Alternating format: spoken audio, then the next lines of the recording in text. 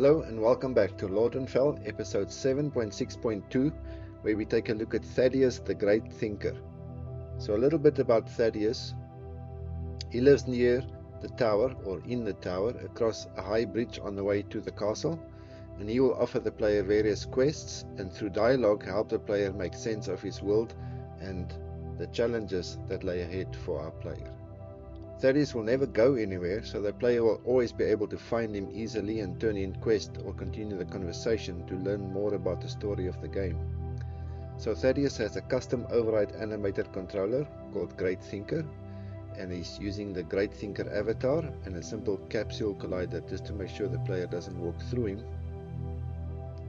His prefab is called Thaddeus, which we will use to spawn and despawn him as needed into the transform position at the entrance to his tower at this position right here, XYZ. As we can see, he's got the Animator Controller GreatThinker, the avatar Great_Thinker avatar, and the Capsule Collider. In the NPC setup, we can pretend we want to see what he looks like before the game is being played, so we enable this. Just remember to disable this before you compile the game, since we will spawn him. His prefab is stored here. So let's take a look at his animation setup. So we see that his animation clips are quite basic. He just has an idle, transition to basic motion talk, and then when exit time has completed or it's finished playing this clip, it will transition back to idle, and we'll ping pong back and forth doing this.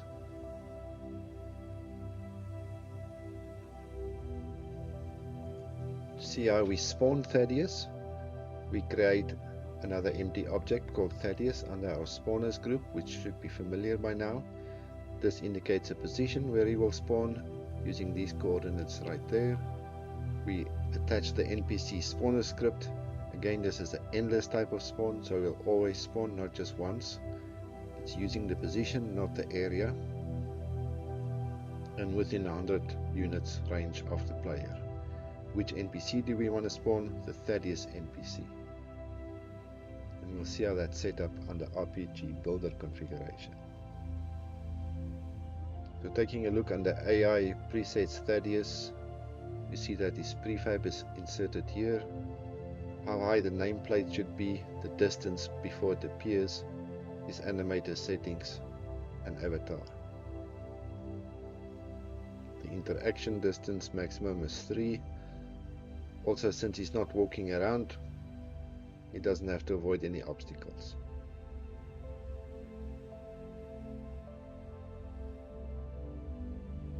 Under his AI settings, under AI NPC Thaddeus, we see that is set to the training dummy phase, which means he doesn't take part in combat and just basically acts like a static NPC idling in place. This is his preset link to the NPC. This should be also familiar by now. So what can he do? He can be a merchant, he can give quests and complete quests, and he can talk to us. He interacts with us, we see his nameplate, he doesn't move, and there is collision.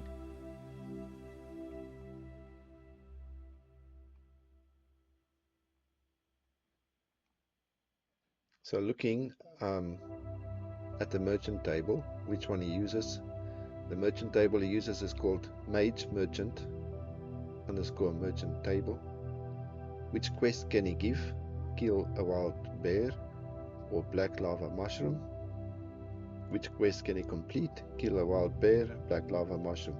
Just in case this wasn't obvious, any trader or quest giver can have quest or not have quest, or both, and they can give certain quests and complete those quests, or you can set it up that he can give certain quests but not complete them, so that the player has to go to another NPC to complete his quests, and so on. On the economy merchant table, we see what is he dealing with, trading. He's got healing potion for 50 coins, energy potion for 50, stamina for 50, and frog poison. Now note about the frog poison. This enables the player to obtain the frog poison, the toxic frog, if he cannot find a toxic frog to kill or don't want to confront a toxic frog. And this is a requirement, as you've seen in previous episodes, to craft certain items. You can have many merchants and traders in the game, and each can configure unique items that they sell, but at different prices. So this is allowing you to set up a basic economy, or the simulation of a basic economy, where the player has to shop around, quote unquote, to see where he can find the same item for a better price, and so on, or sell it for a better price. So what quests are involved for Thaddeus? Kill the wild bear. What will he be given? He'll be given plate boots. Now what does this do? If the quest giver gives the player an item, that's an incentive to do this quest, because he gets a reward before he completes the quest. In this case, plate boots. Plate boots gives the player better strength and health, basically under the armor slots setup. If he completes the quest, you get 2 healing potions, 50 gold coin, and very importantly, a new weapon, a lava axe. And the configuration for RPG Builder allows us to put this weapon, the lava axe, in the correct position of the player's hand.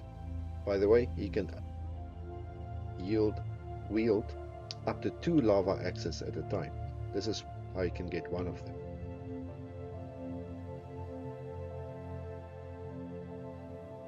Under the objectives for this quest, we see the task is set to kill an NPC. Which NPC? The bear boss.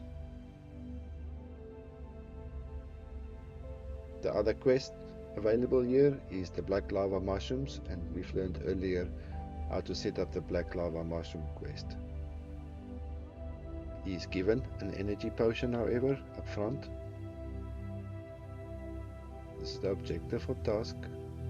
And then the rewards is 1 healing potion, 30 gold coin, and can choose between 1 stamina or 1 energy potion. Let's take a look at how the dialogue for Thaddeus works. You find it under World Dialogues Thaddeus, and as usual for dialogues, we start with a graph configured here. We have an exit node, which is optional, and if we go into the graph, each of these represent a node in the graph, like here. We can double click this or click on the edit graph button. This shows you who's speaking here. So the NPC Thaddeus is speaking here, then the player speaks, as this is indicating the sequence. To configure the settings, use this gear icon. It will bring up this window. I want to point out, for more advanced users, as you learn how to use this system, you can set requirements and game actions as well as part of the dialogue, things that will happen or requirements that must be met before things can happen. More on that later. For now, let's keep it simple. The conversation will continue endlessly. Every time he comes back, you can have the same conversation. Just the image that will pop up for Thaddeus when he speaks.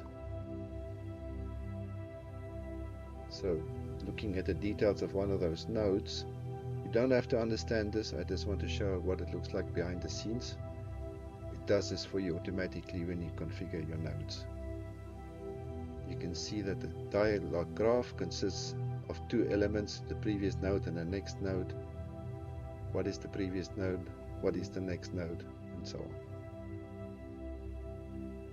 So next, let's go visit Thaddeus in the game and see what he has to offer the player.